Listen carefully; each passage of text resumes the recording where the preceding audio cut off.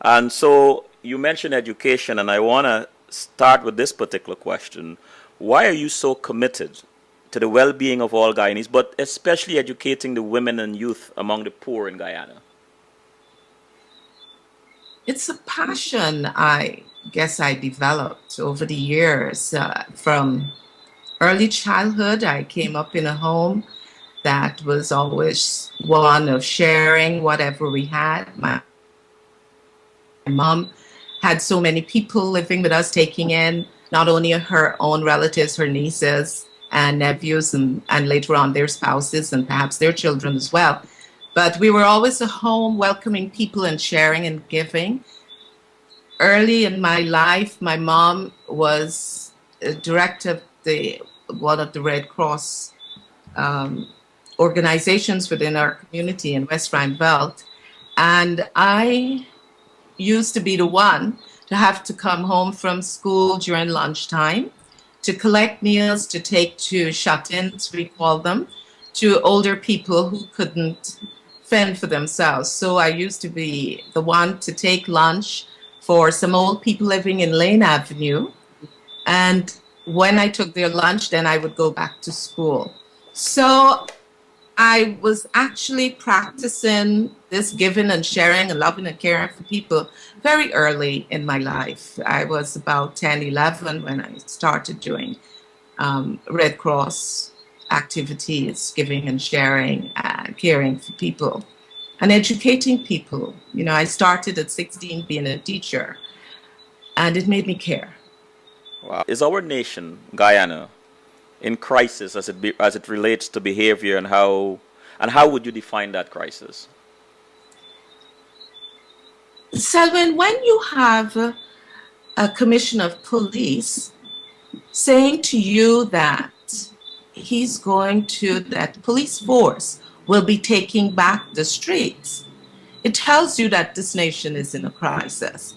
Because if there has been no control, and that the emphasis and the focus of our police force is to take back the streets, we are a nation in crisis.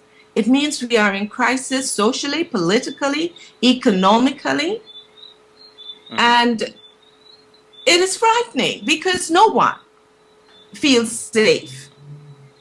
Once you have the level of poverty that we have in our country, once there isn't a distribution of the wealth or opportunity to gain access to a better lifestyle, no one is safe.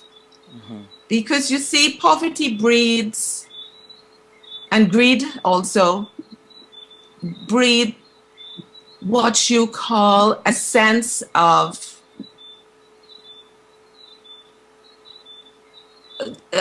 not belonging. You see, poverty also kind of surrounds crime.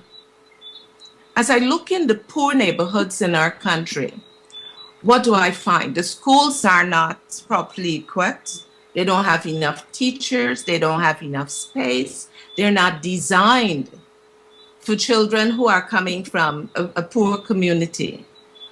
The programs are not designed to help those children to lift out of their poverty. The parents, many of them are not working. Many of them are at home doing things that may not help to raise them out of the poverty that they're in. You look at those communities, they may not have light, electricity, they may not have water, good roads, no proper drainage facility.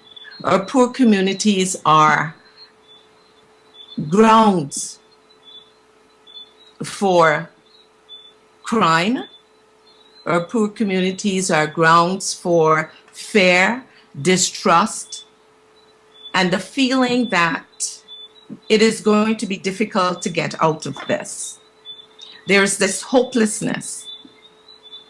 And so, you know, when you hear the commissioner talking about taking back the streets, it's often into poor neighborhoods that the persons committing crimes emanate. You know, you talk about a community like Agricola. You talk about a community like Sophia, where there is poverty, where children are being asked by their parents to go and buy drugs. They buy the drugs for the parents. Where the children have to travel long distances to go to a high school. Or where to purchase anything, they have to come out of the community to purchase something at a reasonable cost. You know, so you find that within that set in, it is easy for the children to follow the behaviors that we don't want to encourage in our society. And I'm not saying all the children, because you'll have some homes, I knew homes within Old Boys Town, where people did not allow their children to really mix within the community so that they could control the behavior of their children and the things that they learn. And so those children were able to come out a little more successful or to have a different lifestyle to one that where you find those communities being havens for criminal activity.